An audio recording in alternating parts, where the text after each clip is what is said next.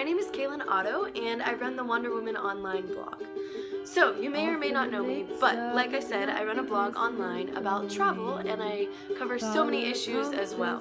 So if you go to WanderWoman.online, you can find it there, and I'll just give you a little bit about what my blog's about, and then I'll get into the good stuff, which is what I've learned from a month on the road, all my lessons, mistakes, and favorite memories. But if you check out my blog, you're most likely going to find many different posts about what I learned from traveling with no money. So I travel solo, and I start out with no money, and then I work for things that I need as I go. So that could include literally walking into a restaurant and working for food for that day, finding an odd job and making cash so I can pay for my next bus ticket, or just doing things like couch surfing, dumpster diving, all that good stuff, which doesn't cost any money. So there's so many different ways to travel, and I'm just here to teach you how to travel with no money and basically how to just follow your dreams and passions. It's what I like to do. This is what I'm trying to help with.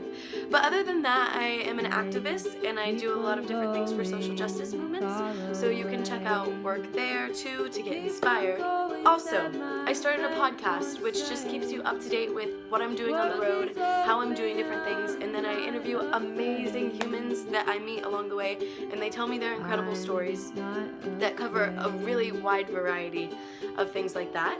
And then I just recently started doing podcasts where it's just me talking, like my last one was me talking about how I got arrested at SeaWorld's water park for protesting there. So check that out if you want to learn more about that. But either way, I am here to show you all of my findings from a month and almost 2 weeks on the road.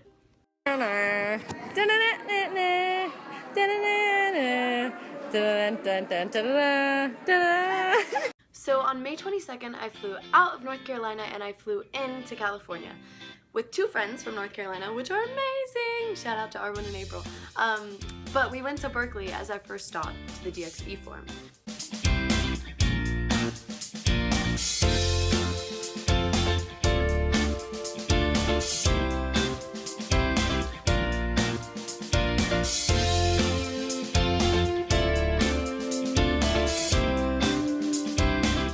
So if you don't know what DXE is, DXE stands for Direct Action Everywhere, and we are a worldwide network of activists who do different things like open rescuing non-human animals from factory farms and other places where they're used and abused.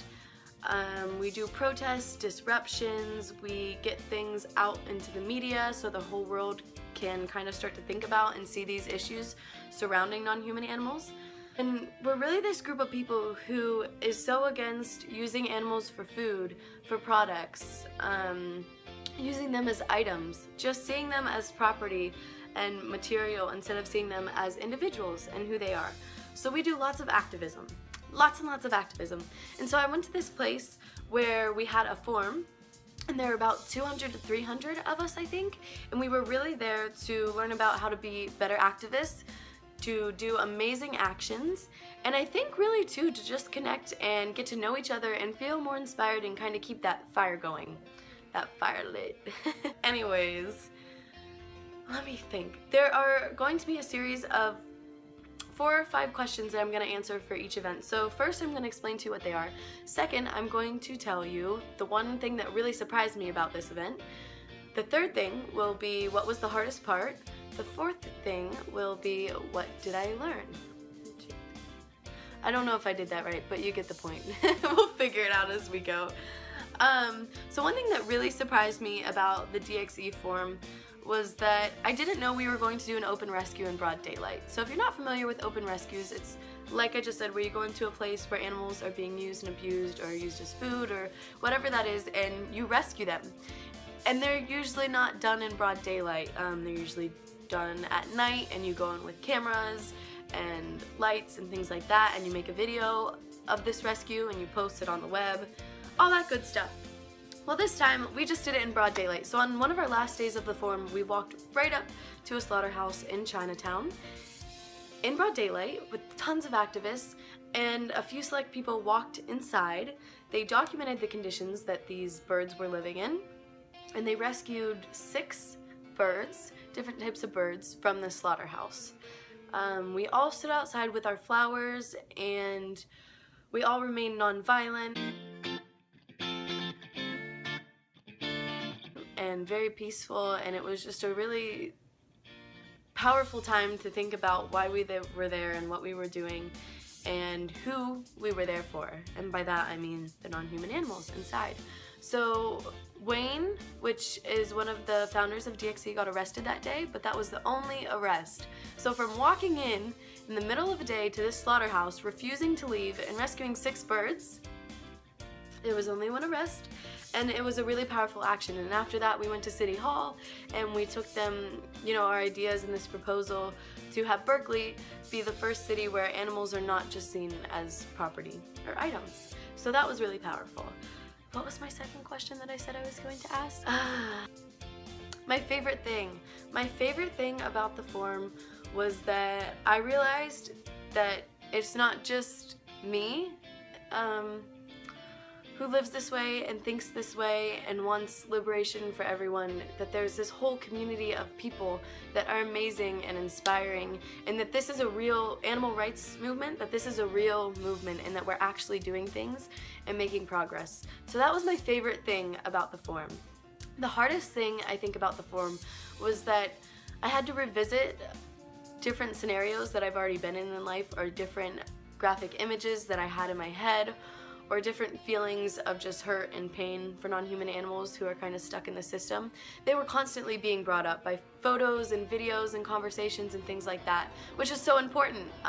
That's, the reason why we're there, to remember and think about how we can create change. But that was really hard for me because I just felt all these emotions at one time, and I really, really, really was thinking about the individuals that we are there for, and that can be really painful.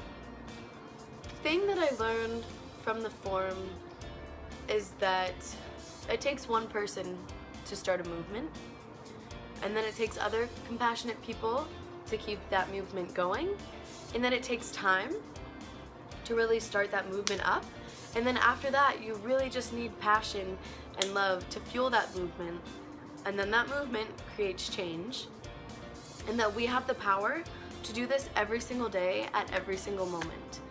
And that's really, really empowering. So yeah, that's what I took away from the DXE forum.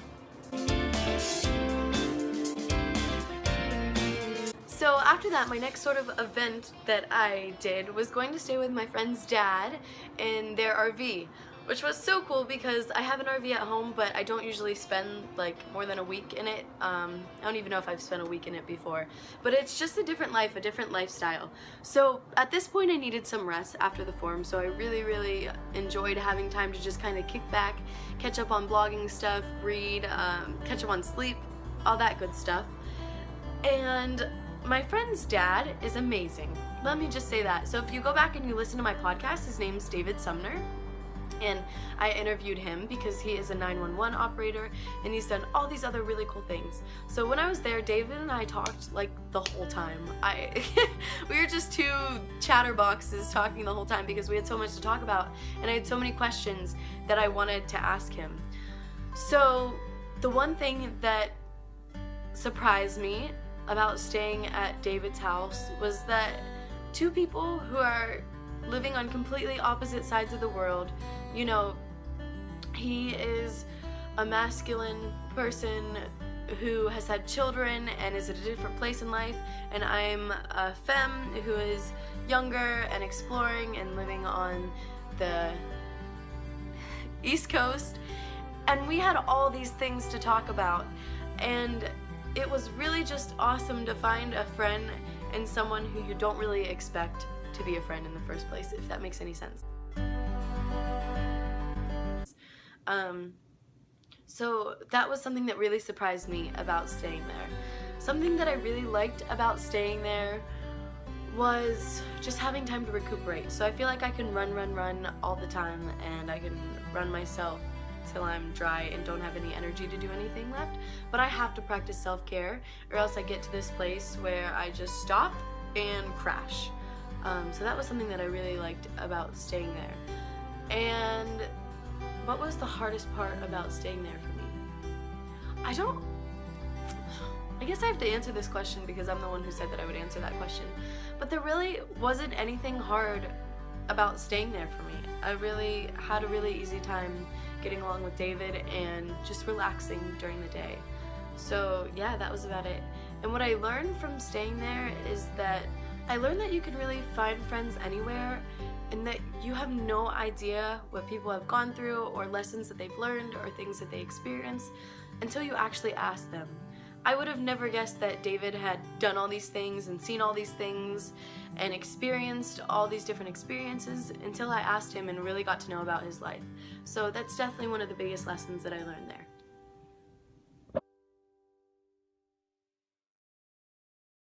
So when my time was over there, David took me down to Pescadero on the coast of California, and that's where I worked the climate ride for change. So this is this bike tour. I think it lasted about 4 or 5 days, and I worked on the catering crew for this bike tour with people that I definitely consider family now at this point, who live on the coast of California. And so it was so nice to see them. So just so you know what we're doing, we would have to wake up really early, set up all the appliances to cook breakfast, and then we would have to cook breakfast, we would have to serve people, we would have to take everything down and clean it up, pack up, and go to the next place. So we're feeding all these riders, like hundreds of riders that are riding in this climate ride for change, and then we get there for lunch, for dinner, and we have to do the whole thing again. Yeah, get in the video. Hello, say hi. What would you like? Where are the choices? Okay, this is a very spicy one. This is spicy, this is a medium spicy. And then late at night, we're taking everything down after everyone's had dinner, we're cleaning everything, we're packing it back up, and we're getting ready to go the next place the next day. And we would camp each night. And so I wasn't getting that much sleep. We were working really hard, and I didn't have time for like yoga and running and different things that keep me grounded like that. So one thing that really surprised me about that event was that I didn't know how much work it would actually be, and I got paid for this. I didn't know how much work it would be and how much work actually went into these events and the caterers that work there and all these other crews that work there. That really surprised me. My favorite thing about this event was that I got to spend time with people that I love, that I really consider family, and I got to meet a few new other people working on the crew with me. And we got fairly close because, you know, you're spending all this time and going through these different things with these people, so they really do become your crew, and you really do lean on them for support and different things like that. One of the hardest things for me was that, one, like I said, I wasn't getting a whole lot of rest or time to do things that I usually like to do, which is fine, it's part of learning. But that caused me to have like a little bit of mental unclarity, is that a word? It's hard for me, and also my allergies hit really bad, so it looked like I was crying every day and my nose was running and different things like that. But a lesson that I learned is that I am so thankful that I am able to work things like that and be able to see all these beautiful places that we pass, and I'm able to sleep in a tent, which is not the most comfortable, and get up and work the next day, and I'm able to use my voice to have conversations with people, and I'm able to sit back and learn from these experiences that felt kind of difficult while they were going on. What I really learned from this is that there's a whole lot of work behind the scenes that go into things, and I want to appreciate those more in the future. I remember just being really, really annoyed because my eyes were watering so much and my nose was running, and I was thinking, oh, like this sucks, blah, blah, blah, blah, blah. But then I really sat back and I'm like, you know, Kaylin, if that is the worst thing that's going on with you, which is annoying, and you can acknowledge that, I mean, that's really your biggest problem, then you're doing pretty well. So I just want to use that as perspective in the future to sit back and look at all the really good things that I do have.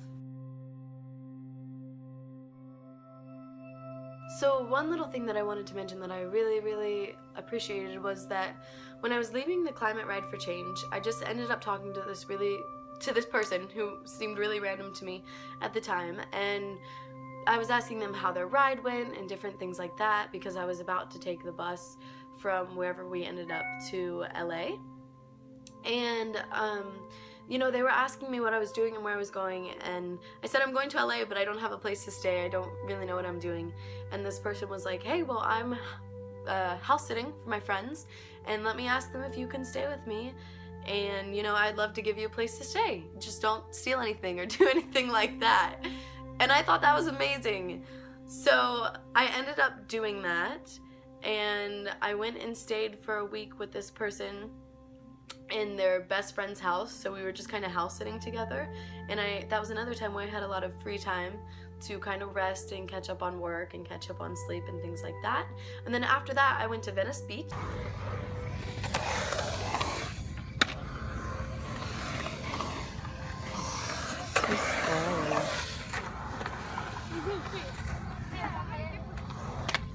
Oh my. And I stayed with someone that I knew from North Carolina for a little bit, which was cool to kind of see how they live and get to know their lifestyle a little bit over there in Venice Beach.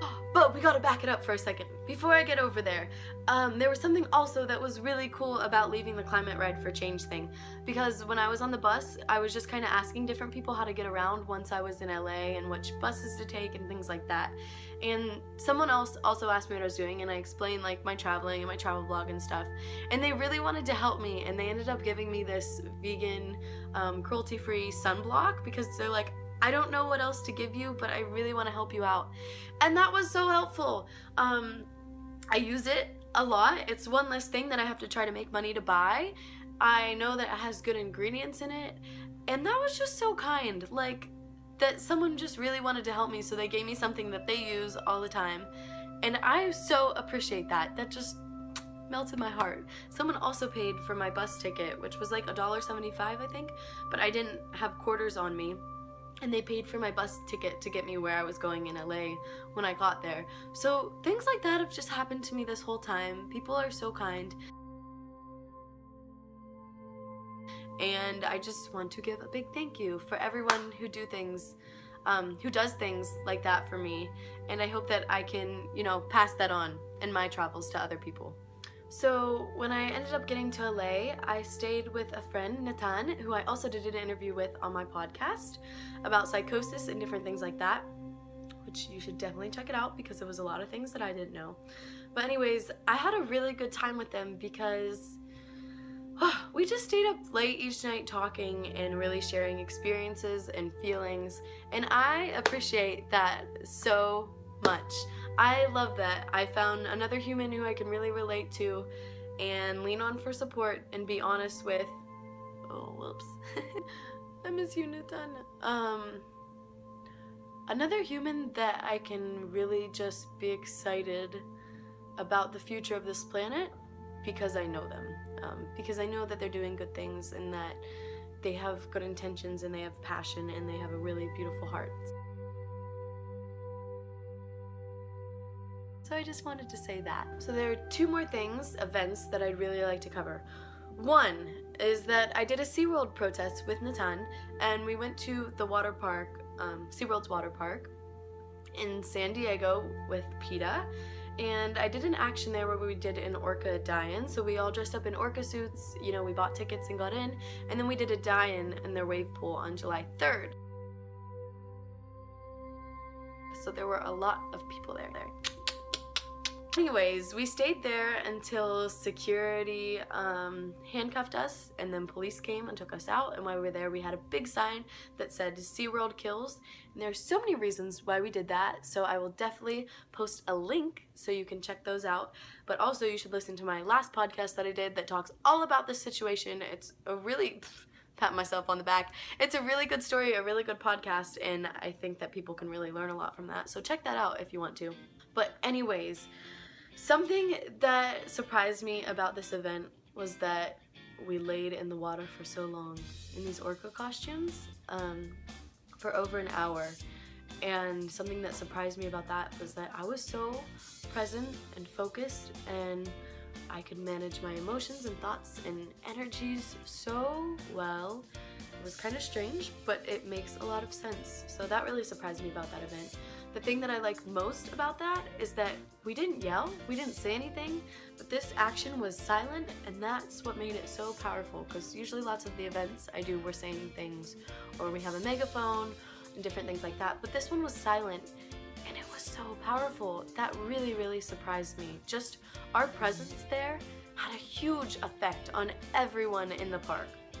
And everyone came to see what we were doing and at least look at our message, even if they didn't agree with us. Something that was hard about that was being handcuffed. I don't like that because I don't like when I don't have control over my body. So that was hard for me, just being in a very vulnerable position where people can kind of do whatever they want with me, and you just have to hope that, you know, they do the right thing and that they take care of you while also arresting you. But that was really hard for me, just having that lack of control over my body, that lack of control over movement, and lack of control of the situation and what was going on. That was hard for me. And what I learned from that is that presence has such a huge effect on people. Just being there and being how we are and who we are really threw some people for a loop. I mean, people got upset, they were yelling at us, they were kicking water at us one point. You know, police came in and arrested us for laying in a pool of water. I get, you know, why we were there and our message and all that stuff, but if you really break it down, we were getting arrested for laying in a pool of water. And so it just taught me how powerful presence is and peaceful protest. That really, really, really blew my mind. So the last thing that I kind of wanted to talk about to seal the deal here is that I worked on an organic farm in the middle of LA, which is really strange that there's literally a farm in the middle of the city, but they have sheep and a rescue goat and chickens and lots of dogs. And so this is a different topic for me because I am vegan and I am also an animal liberationist, and I don't think that we should have non-human animals doing things for us. We shouldn't be using them, we shouldn't be using their bodies, and that really the best place for them are either in their natural habitats or being rehabilitated or in sanctuaries. So I always have this weird thing like, should I go there, should I not? And then I always come back to the same point, is that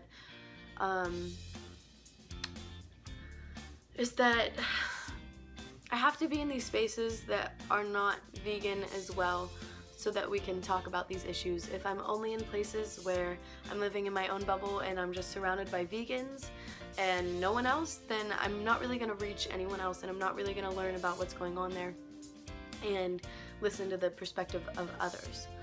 So I went to this organic farm and I didn't do anything like collecting eggs or milking or anything like that. I just kind of helped build different things and clean on the farm, which was one of our main projects.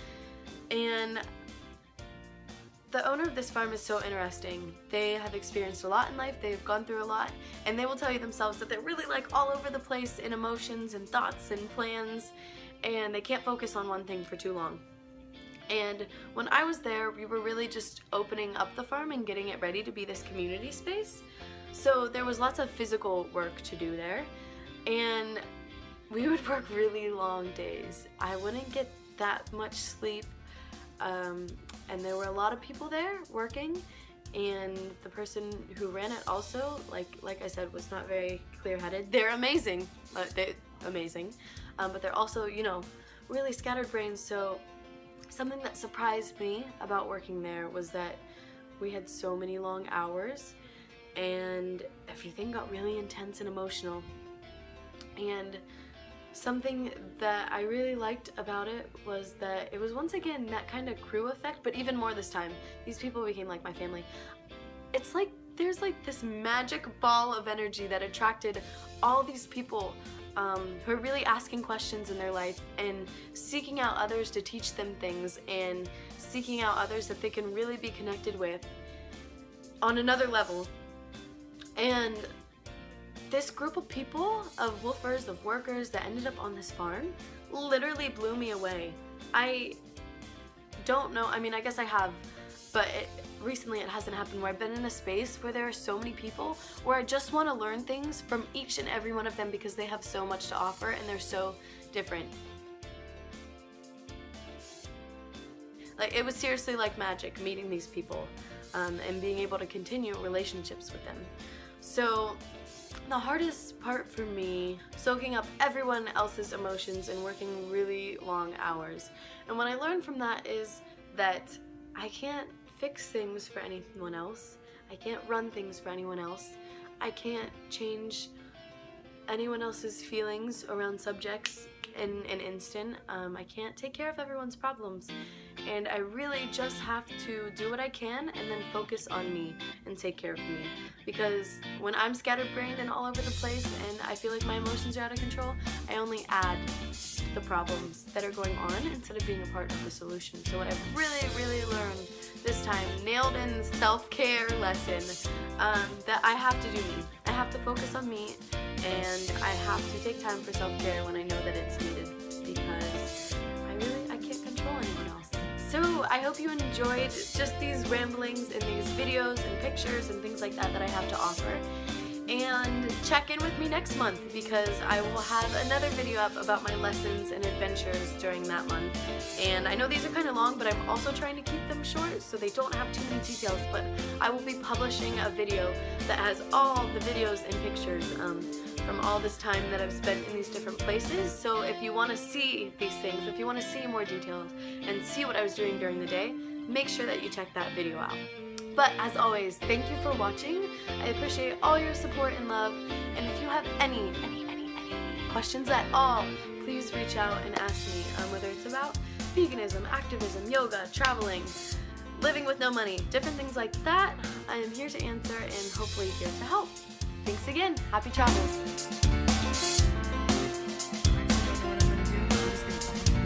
I'm filming you, not knowing what you want to do.